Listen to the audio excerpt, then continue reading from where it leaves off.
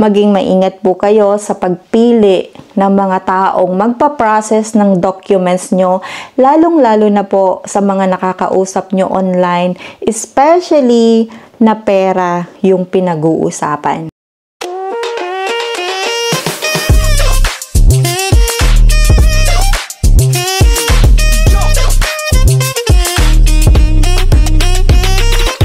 In this channel, I'm sharing about my life here in Germany, my travel vlogs, product reviews, DIY visa application, online documents assistance, and helpful tips to avoid Philippine airport upload issue.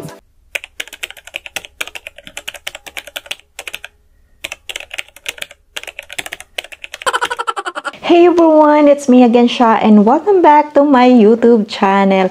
Ayan guys, another video ulit tayo and another tips regarding Sharia divorce or Islam divorce dyan sa Pilipinas. So sa video na to guys, i-share ko sa inyo kung ano-ano nga ba yung mga kailangan yung requirements para makapag-file ng Sharia divorce or Islam divorce at ano-ano nga ba yung mga kailangan nyong ma-receive na mga documents after the process. So, iisa-isahin natin ngayon yan guys. Bago ako mag-start sa aking video, if you are new here on my channel, please don't forget to subscribe and hit the notification bell so you won't miss my new upload videos. Anyway guys, ayan, pag-usapan natin ngayon kung ano-ano nga ba yung mga kailangan nyong i-provide na requirements para makapag-file ng Islam divorce. So, disclaimer lang po ulit guys, para sa mga bago pa lang dito sa channel ko, hindi po ako attorney at hindi rin po ako nag-work sa any government dyan sa Pilipinas. Nag-a-assist lang po ako ng mga client na gustong mag-process ng mga documents and meron po akong contact sa Philippines na which is siya po yung nagwo-work sa government. So, hindi po ako. So, yun. Kakilala ko po yung contact ko doon at friend ko po siya. Kaya, makakasiguro po kayo na legit po yung taong kausap nyo. So, anyway guys, bakit ko nga ba ginagawa tong video na to? Kasi naman guys, gusto ko kayong matulungan. At the same time, gusto ko kayong maging aware sa process na to. Kasi nga, sobrang dami na kumakalat online at mga naglipana, mga nag-o-offer online about this process. So, iba-iba sila na mga information na ibinibigay sa inyo. So, para na rin meron kayong knowledge about this process para hindi na rin kayo magtaka doon sa mga nakakausap nyo online na paiba-iba sila ng information.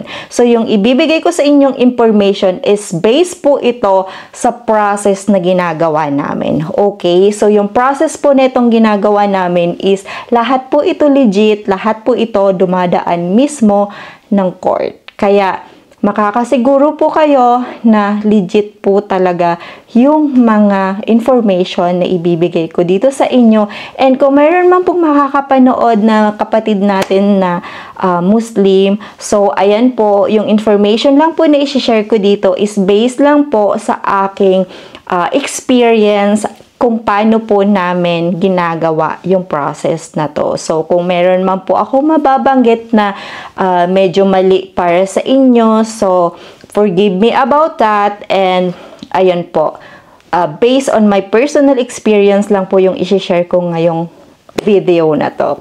Sa mga nagtataka kung ano nga ba yung mga pinagsasabi ko sa video na to, guys, sa mga hindi pa nakapanood, panoorin nyo po tong video na to at dito nyo po makikita lahat ng information kung ano ba yung mga pinagsasabi ko ngayon sa video na to. So, ayan guys, itong Sharia divorce or Islam divorce is ito po yung karamihan na ginagamit ng mga Pilipino na alternative divorce sa Pilipinas. So, since nga na napakahirap mag-file ng annulment ngayon, sobrang napakatagal at wala kayong assurance na 101% na maa-approve yung inyong petition. Kaya karamihan po ng mga Pilipino is nagsuswap po sila sa Sharia divorce. So, okay, yan po yung information about that video. And marami pa pong information yan, panoorin nyo na lang po para magkaroon kayo ng idea. So, first, yung pag-uusapan natin ngayon is about the requirements. Ano-ano nga ba yung mga requirements na kailangan yung isubmit para makapag-file ng Islam divorce? So, number 1 dyan guys, kailangan namin yung details ng inyong marriage certificate. So, bukod sa marriage certificate from PSA, kailangan namin, nagsisend kami ng form para doon sa karagdagang details. Kailangan din po ng birth certificate ng mga anak. So, yan, napaka-importante po yan. Kailangan po lahat PSA copy kasi nga po, nagbe-verify po sila sa mismong PSA. So, hindi nyo po kailangan pikiin yung mga PSA copy kasi po, kapag binigyan nyo po kami ng fake na PSA copy, bine-verify po namin yan sa PSA kung talagang legit yung copy na yan. And number 3 na requirements, kailangan po namin ng government ID, which is passport po yung ina-accept namin. Number 4 is kailangan din po namin ng specimen signature. So, itong tinutukoy ko na to is for the non-appearance po siya. Pero, meron din po kaming appearance. So, yun po, same requirements lang po. Ang kaibahan nga lang sa appearance is kayo mismo ang pupunta sa court, kayo mismo ang kakausap sa attorney. So, yun po. Etong non-appearance is advisable po to sa mga OFW or mga Pilipino na nakatira na sa ibang bansa at walang time pumunta ng Pilipinas para mag-file nito. So, open po tayo for non-appearance para sa process na to. So, yun lamang po ang mga requirements na kinakailangan namin para sa inyo para makapag-file ng Sharia divorce. And para sa mga karagdagang requirements dyan, depende po kung mayroon pang additional requirements na hinihingi si court sa inyo. So, okay. So, yung mga nabanggit ko po, ayan, yan po yung mga nabanggit ko. And yan lamang po yung hinihingi talaga na proper documents para sa mga magfa-file ng Sharia divorce. So, anyway guys, so syempre, wag nyo pong kakalimutan, kailangan po namin ng down payment or full payment. Depende po sa process na pipiliin nyo kasi meron po tayong rush process. So, which is yung rush process na yun is full payment po yung nire-require dyan at yung regular process naman po is nag-o-offer po kami ng 2 gigs para dyan. So, ayan. I-check nyo na lang po kung ano po yung convenience sa inyo kasi may mga client po na mas gusto nila yung rush process, yung mga nagmamadali. So, ayan. Magkaiba po ng payment yan. Para naman po sa payment information, hindi ko nababanggitin dito kung magkano. I-message nyo na lang po ako sa aking TikTok page. Ayan po yung account na aking ginagamit para sa aking online documents assistant. Meron po akong number dyan. Meron din po akong Blue App account dyan or Facebook account. I-message nyo na lang po ako para sa details ng amounts. May kamahalan po ang Sharia divorce kasi nga po ang Sharia divorce is dumadaan po yan ng court para din po siyang annulment.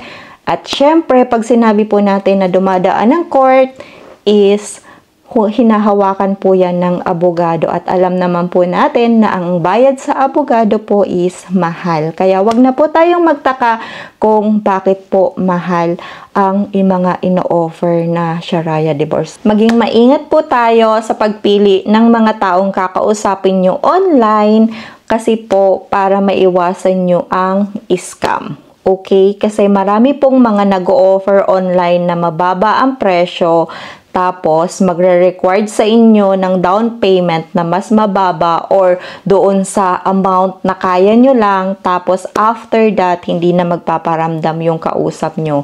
Babay na sa pera nyo. So, maging mapanuri po kayo sa mga taong kinakausap nyo. So, hindi ko po sinasabing sa akin kayo mag-process, but maging mapanuri po kayo, mag-research muna kayo kung yung tao ba na yan is walang history sa online na mga na-scam or something. Basta mag-ingat po kayo. Okay? Kasi po, alam ko po na yung perang mga nilalabas ninyo is hindi nyo yan basta-basta pinupulot lang. Kaya mag-ingat po tayo sa mga nag-o-offer online. Ayan, yung second naman po natin is ilang buwan nga ba yung process ng Sharia divorce. So, meron pong dalawang process ang Sharia divorce. Meron pong rush process at merong regular process. Yung rush process po is inaabot po yun ng 5 to 6 months. So, advance po ako magbigay ng buwan ng timeline kasi nga po, kapag binigyan kami ng court ng okay, 4 months or 5 months, nag-a-advance po kami kasi nga po, uulitin ko, kapag legal process, may possibility po kasi na nadidelay yan. Depende po sa attorney may hawak. So, hindi po kami makakapagbigay ng eksaktong timeline sa inyo kasi nga po, depende po yan sa hawak na case ng attorney. Medyo nadidelay po ang process minsan. Kaya, yung binibigay kong timeline is wala pong assurance dyan na makukuha nyo agad kasi nga po, alam nyo na sa government process, madalas may delay talaga. Pero, yung assurance naman po dyan is legit po yan na pinaprocess talaga. And then, yung regular process naman po is inaabot po siya 9 to 12 months. So, ganyan po yung regular process natin. Sa ngayon po, before po kasi last year, mabilis yung process ng Sharia divorce namin sa regular. Minsan, inaabot lang po ng 7 months. Max, yun. Pero right now po kasi sobrang tagal ng process ngayon dahil minsan may mga calamity, ayan, minsan yun. Hindi natin ina-expect kung ano yung mga mangyayari. Lalo na ngayon sa Pilipinas na sunod-sunod po yung trahedya, yung lindol, may baha, may bagyo, diba? So, yun, hindi na po natin hawak yung ganong mangyayari. Kaya talagang minsan, madidelay at madidelay po talaga yung process. Hindi po kasi yan katulad ng ready to print.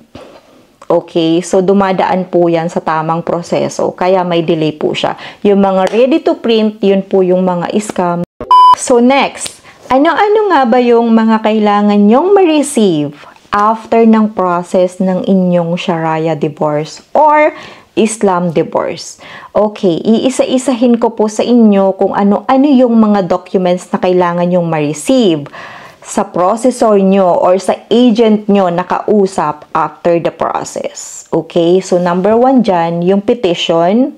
Number 2, certificate of conversion into Islam. So, dapat yung conversion na marireceive nyo dalawa, sa wife and sa husband. Kasi nga po, ang Islam divorce is requirements po dyan ang conversion into Islam. So, hindi po kayo makakapag-file ng Sharia divorce kung hindi po kayo dadaan ng conversion. Number 3, may judgment or yung tinatawag na finality. Number 4, kailangan may court order po yan. Number 5, kailangan may certificate of divorce na may signature po yan ng judge at ng attorney. Number 6, kailangan po may certificate of finality. Number 7, kailangan po may certificate of authenticity. And number 8, kailangan po may certificate of civil registration. So, itong 8 nabanggit ko guys, kailangan ito yung marireceive nyong documents after the process. So, 8 documents po yan. So, itong 8 documents na to is isang set po yan. So, kailangan ang marireceive nyo is 5 set. Okay? Kasi yung isang set dyan, yun yung original copy and the rest po dyan is photocopy na naka-certified true copy. Kasi nga po, kailangan yung original copy na yan is matitira po yan sa inyo. And yun po yung pagbabasihan ng local civil registry kapag nag-endorse kayo at ng PSA. Hahanapin po sa inyo yung original copy. Anyway guys, may mga nag-o-offer po kasi online kasi ako as an agent na nag-o-offer nito sa mga client mayroon din po akong mga napagtatanungan na mga nag-o-offer online kung ano-ano nga ba yung marireceive ko. Kasi minsan, nagpapanggap akong client. Kasi, alam mo yun, gusto kong malaman kung paano ba nag-work yung mga ganitong offer online. So, iba-iba sila ng information na ibibigay sa inyo. So, meron ako na pagtatanungan one time. Agency siya. Tapos, medyo may kamahalan talaga yung singils din sa akin nung nakausap ko And then, tapos tinanong ko siya, sabi ko, ano yung marireceive kong documents after the process? Sabi niya, ang marireceive ko daw petition, tapos yun na yung PSA with the annotation. So, yun lang, yung marireceive ko. Sabi ko, kumbaga parang nagtaka ako, so what happened sa other yung requirements like yung certificate of conversion? Kasi kailangan mo yun Paano pag hinanap ni PSA yun? Ano ipapakita mo? Wala. Sa endorsement. So, hindi tatanggapin ni PSA. Kaya, sinishare ko po yung ganitong information para magkaroon kayo ng idea about this process. So, yun po, hindi ko alam kung ano po yung ginagawa nilang process about that na wala yung ibang mga documents na yon like yung certificate of divorce, yung certificate of finality. Kailangan po kasi may mga authenticity po na marireceive kayong documents. Yun po kasi yung proof mo na dumaan talaga siya sa court. Kasi kung wala pong mga certificate of authenticity yung marireceive mo sa kausap nyo, sa agent, kumbaga parang anong use po noong ipinaprocess nyo na documents kung wala silang ganong documents na ipapakita sa inyo. So for me kasi guys, parang napaka-useless kasi gagastos ka ng malaking halaga sa process na yan tapos dadalawang papel lang yung marireceive mo. So yun, nakakapagtaka na kasi yung ganon, nakakapagtaka. So tapos ang gagawin nila is mag-aantay na lang kayo na sasabihin nila ma-release sa PSA, tapos ang mangyayari dyan is si agent mismo yung magpapadala sa inyo ng PSA na may annotation. So, paano kayo makakasure na yung PSA na pinadala sa inyo is from PSA talaga? So, kailangan si client talaga yung mag-request sa PSA para to make sure na yung PSA copy na marireceive mo is from PSA talaga. Paano kung pinagawa lang, 'di ba? So, wag kayong papayag na yung PSA na with annotation is sila yung magbibigay sa inyo. Kailangan kayo yung mag-request mismo sa PSA para patunayan nyo na yung PSA copy na may annotation is from PSA talaga. So, pero for me, I suggest na kayong mga client ang mag-request mismo sa PSA para to make sure na legit nga yung hawak nyo na may annotation. Lalong-lalo na nawala sa inyong ibinibigay na ibang mga documents. Ayan guys, uulitin ko, maging maingat po kayo sa pagpili ng mga taong magpa-process ng documents nyo, lalong-lalo na po sa mga nakakausap nyo online, especially na pera yung pinag-uusapan. Kasi nga po, kapag na-scam kayo online, mahihirapan na kayong habulin itong tao na to. So, maging wise po kayo sa pagtitiwala sa mga taong ito. Kasi nga po, marami na pong nagkalat na ganitong proseso online and ayan, maging maingat po kayo. And anyway guys, kung meron akong hindi nabanggit na importante dito sa video na to, mag-comment na lang kayo sa comment section and sasagutin ko na lang po kayo isa-isa dyan. Ayan, hanggang dito na lang ang aking video and thank you for watching and see you on my next video. Bye!